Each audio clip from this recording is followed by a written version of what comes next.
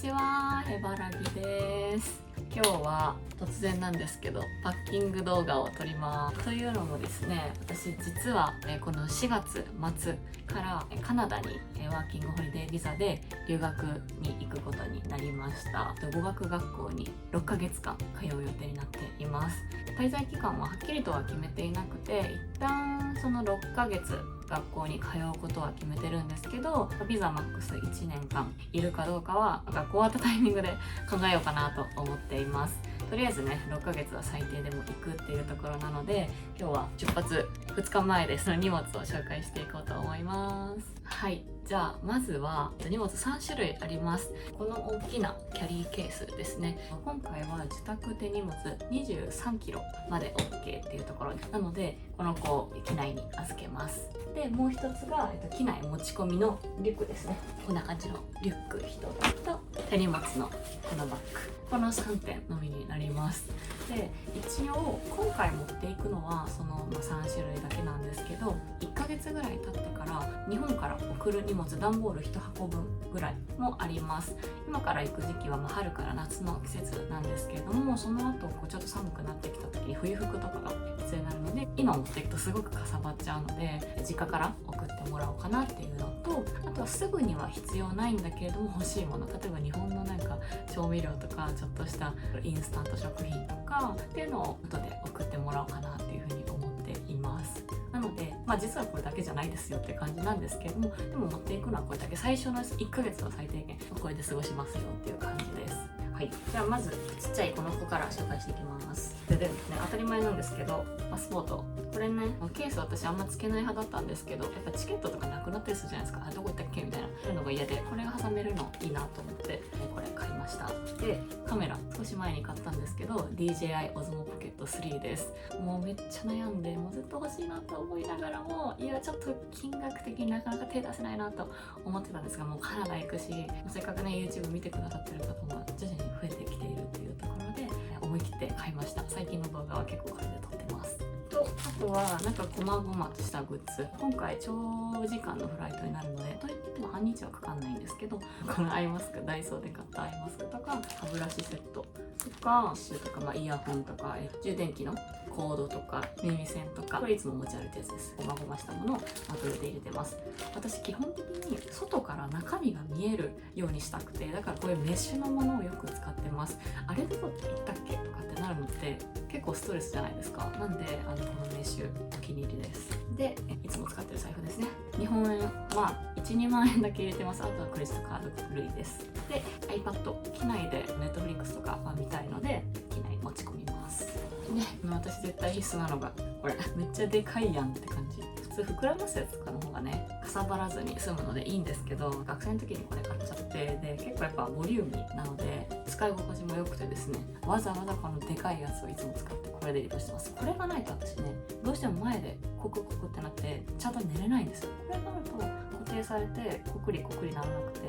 途中で起きたりしないので、2時間以上のフライトですね、これを必ず持っていくようにしてます。次、このリュックでございます。これは夫のリュックをずっと使わせてもらってて、もう多分10年ぐらい使ってるリュックらしいんですけど、かなりボロボロになってきてるんですが、持ち運べたらいいやっていうことで気にせず使ってます。まずここ水筒で、次ウルトラライトダウン。もうこれは大事ですね。特に飛行機ってめちゃくちゃ寒い時とかたまにあるんですよ。夏場だったらまだいいんですけれども、どういう室温になるのかわからないのでこれ持ってきます。で、次これ何って感じなんですけど、初めて飛行機に持っていきます。友達が背が低い人はこれあるといいよって言ってて、確かにとって、私は高身長に見られがちなんですけれども、全然平均身長より背が低いです。なのでいつも足を座席に上げたくなっちゃうんですよ。下に下ろしているのがすごいしんどくて、でこの台があると結構ちゃんと踏ん張れるから楽だみたいな話を聞いて、確かにと思って買ってみようと思って、ちょっとかさばるんですけど、でも今回フライトちょっと長いので、なるべくストレスなく行きたいなっていうことでダイソーで買いました。次、これはスリッパ、これもダイソーです。飛行機でね、基本的には私いつも靴を脱ぐんですけど、長期のフライトなのでスリッパもちゃんと持っていこうかなと思って買いました。これれは別に手荷物である必要は必ずしもないんですけども、普通にエコバッグです。これもダイソーで、もうマジでダイソーとユニクロのものばっかり私は持ってます。500円ぐらいで買ったエコバッグ、普通に普段ねスーパーに行く時買い物のエコバッグとして使ってるやつなんですけれども、荷物溢れたりするかもしれないので入れていきます。であとはもうめちゃくちゃ大事なパソコンです。これ仕事をする時必ず使っている私の MacBook Air です。パソコンはまあ自分の貴重品だっていうのもそうなんですけど、もしね自宅荷物がロスバゲした時に手元にすぐに帰ってこないとか、そのままなくなってしまったとかってなったら、仕事で使ってるものなのでセキュリティ上良くないですし、必ず手元に持つようにしています。充電器とか最低限のものだけ入れて持ち運んでいます。であと最後ですね、書類系です。ビザの関連の書類だとか、入国の時に銀行口座の残高証明とかもいるかもしれないとか、海外旅行保険の提示を求められるかもしれないっていう話を聞いてるので、なるべく紙にして持っていこうということで、これ一式まとめて入れてます。はい、手荷物はそれだけです。意外とそんなに重くない。では次がですね、キャリーケースいきます。これは衣類です。ここに全部普段着る服、下着とか寝巻きとかじゃない服全部入ってます。これもダイソーの圧縮袋です。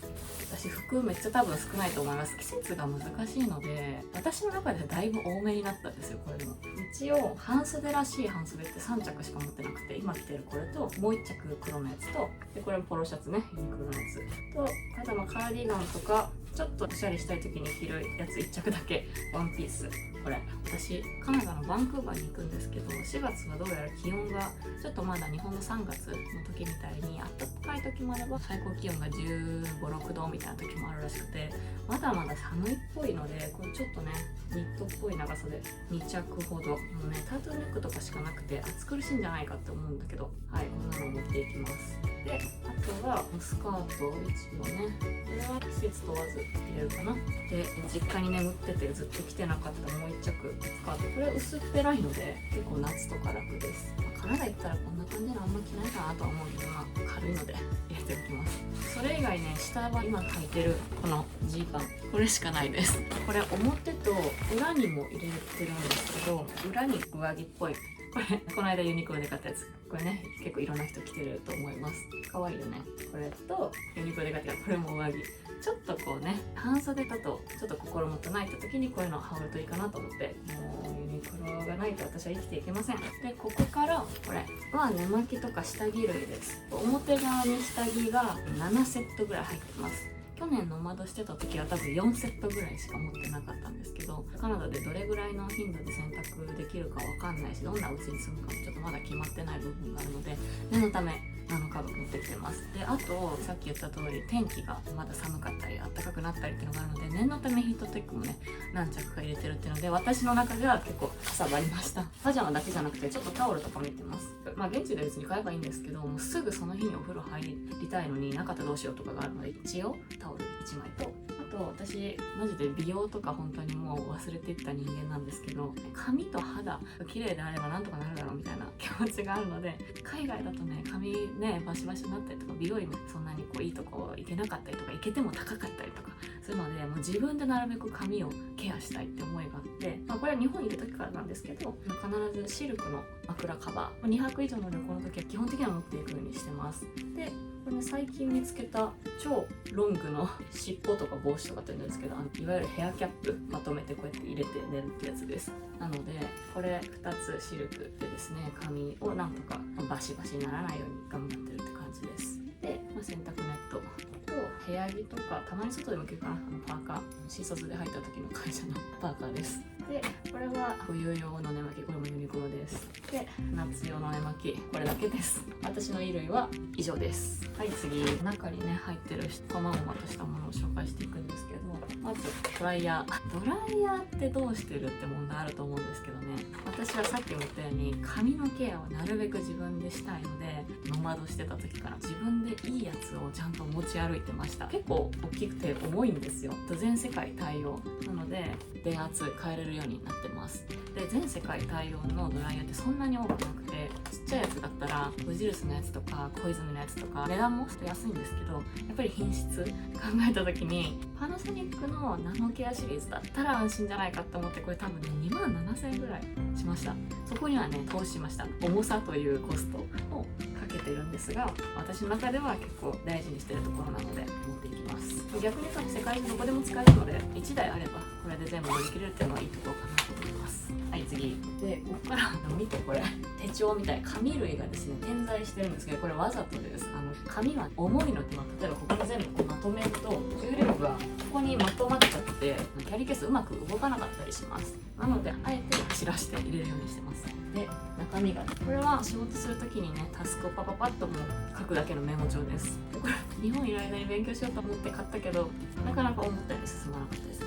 一応持っていきます。これは、普段使ってる1日1ページの何時から何時みたいなの詳しく書ける手帳なんですけど、この日は何したとかこうだったみたいな、こう楽しかったことだけ書いて、こう思ったよみたいなのをね、こんな感じで可愛めに書いたりしてます。これが物事書き出してしっかり考えたい時にこれにうわーって書き出すってことをやってます。英語勉強してる人たちの中では結構有名らしいんですけども、グラマーインです、教材です、これ文法書です。これもねちょっと今やったけど全部は全然終わりませんでした。文法もね、もう昔めちゃくちゃ勉強して全部覚えたはずなのにもう全部忘れてしまって悲しいです。次、これとこれタッパーです。向こうで絶対買えるんですけど、私が一番心配してるのは到着してすぐになるべくスムーズに生活を始めたいっていうのがあります。お風呂とかご飯って毎日絶対発生する行動じゃないですか。それを止めたくないっていうのがあって持っていきます。ちなみに私ワーホリビザで行くんですが、一旦は学校通いながら今パソコンでやってる仕事っていうのをそのまま持っていくことにしたので、現地でバイトするっていうのは今のところはまだ考えてないです。今の仕事をそのまま持ってってプラス語学学校に通うっていうのが発生するので、めちゃくちゃ忙しくなってしまうっていう不安が常にあります。で、次あっち行きます。この中はですね、パスポートのコピーとか運転免許証とか大事な身分証系のコピーと、あとはノマド始める前に打った予防接種の証明書ですね。こんな感じ、いつ打ったよっていうのが分かるようになってます。カナダはそんないらないかなと思っても、せっかく打ったんでね、持っていこうかなっていう感じです。で、あとはこれも別にカナダにいるってわけじゃないんですけど、いろんなサイズの証明写真、ビザの関連とかで必要って時がたまにあるので、ノマドしてた時に一応持ってってました。最近はね、自分でこう写真撮ったやつを普通にコンビニでアプリを通してすぐに印刷できるっていうのがあるので、もう日本は本当に便利ですねっていう感じで、カナダいる間にもアメリカとかメキシコとか他の国に行きたいなと思ってるので入れておきます。はい、次こっちなんかワンサかしてるんですけど、まずカバンね、これ普段パッて出る時に使うやつ、実家から持ってきたやつです。次これ、学校行く時とか使おうかな。ちょっとちっちゃいかな。でもパソコン入るし教科書とかも入るし可愛くない？鬼塚でねちょっと買い物した時にポイントが結構溜まって6000ポイントぐらいあったかな。でこれがちょうどその6000ぐらいだったので、これをポイントで買いました。これいきなり何って感じなんですけど、これお米をレンジで炊けるやつです。 Amazon で1000円いかないぐらいで買いました。こういうやつで決められた分量とお水を入れて、でレンジでチンするとお米炊き上がるってやつです。お試しで使ってみましたが普通に使えます。夜にこうお米とお水入れて寝て、朝お米が柔らかくなったタイミングでレンジにチンして食べると結構いい感じに美味しく食べれるので、今から住むお家が炊飯器があるのかどうかとかわかんないけど、絶対にお米のない生活私多分無理だなと思ったのでこれ買いました。おすすめです。私長期で海外に滞在するのって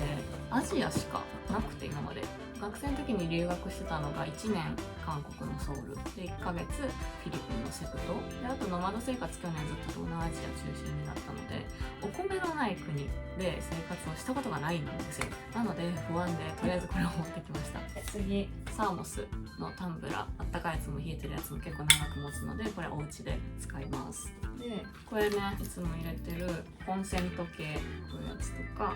ボード系とか、カナダはどうやらコンセント日本と同じらしいので、別に変換プラグいらないっぽいんですけど、あちこち行ったりもすると思うので変換プラグ1個だけ持ってます。次サングラスで、生理用品。私生理はですね、実はピルを飲んでて3ヶ月に1回しか来ないようにはしてて、今出国する直前に来てしまったので、買ったやつです。なのでもうそのまま持っていきます。残りは後で送るって言って段ボール箱に詰めているので、そっちでもうちょっと量があるって感じです。あとこれ化粧ポーチ、これもメッシュ。私普段化粧全然しなくて、ちょっとお出かけするとか大事な時だけするみたいな感じで、カナダでも多分ね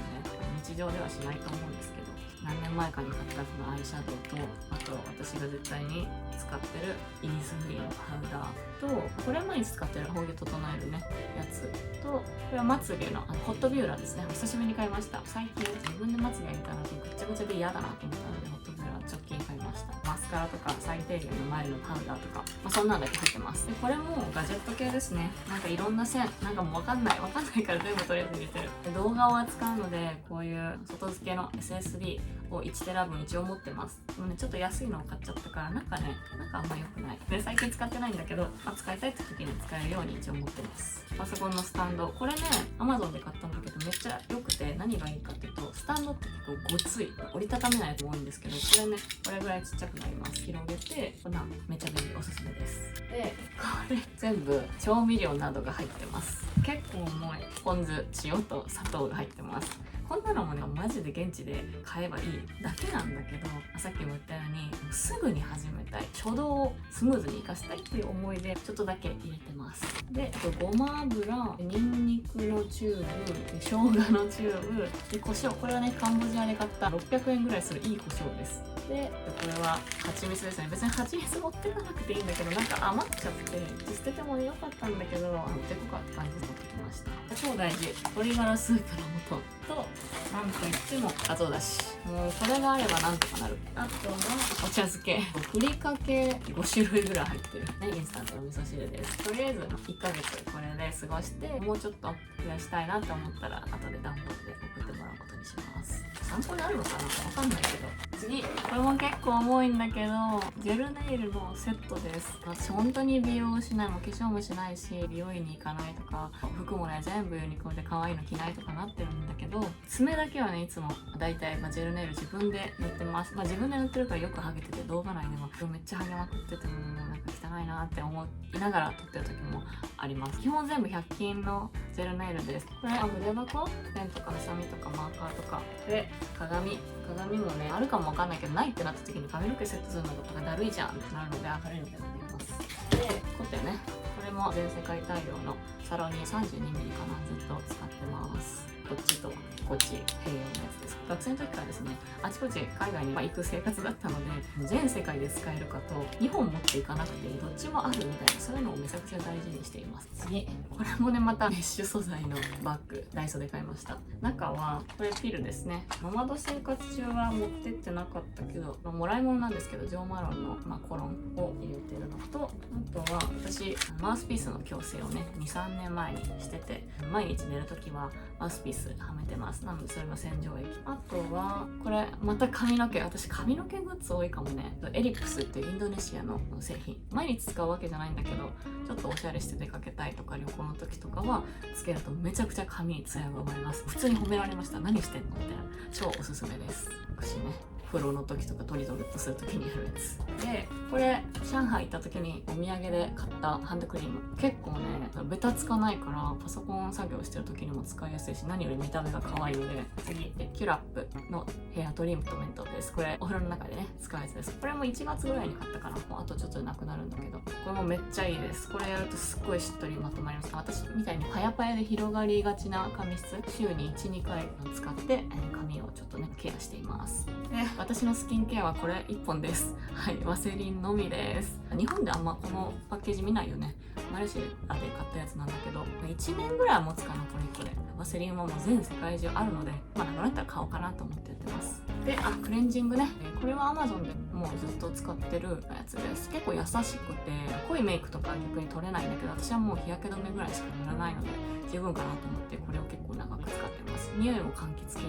系で結構いいのでおすすめです。で、あとこれね、この袋を友達にもらったやつなんだけど、マイルドライナーをいっぱい入れてます。最近ね、さっきも言ったように手帳に日記的なことを書くのにハマってるので、ちょっと可愛くしたくてマスキングテープ、東急ハンズとかでなんかいろいろ買いました。あとね、延長コードも大事です。コンセントがどこにあるのかわからないので、長期の時は持っていくようにしてます。あとはこれ韓国行った時に友達と一緒に作ったノート、まだ何も書いてないけど向こう行ったらちょっと英語で日記なんか書いてみようかなと思って新品持っていきます。であとはこれはノート、普通にノートです。なんかあったらすぐ書けるかなと思ってとりあえず持っていっておきます。これは領収書入れですね。個人事業主として働いてるので領収書の管理しなくちゃいけなくて、とりあえず領収書をここにバッて突っ込んで2月3月にまとめて申告をするというスタイルで前年度はやりました。これなんでしょう。これはですね、持ち運べるモニターです。ノマドワーカーとして働いてると移動するので大きいものは持ち歩きづらいんですけど、やっぱモニターがないと作業がかなりしんどかったです。去年なしで行ってましたけど、やっぱりちょっとやりづらいなって思う時がいっぱいあったので、帰国中に買って日本で使ってたんですけど十分使えます。 Amazon のセールの月で1万円ちょっとで買いました。めちゃくちゃ使えます。小物シリーズです。折りたたみ傘っ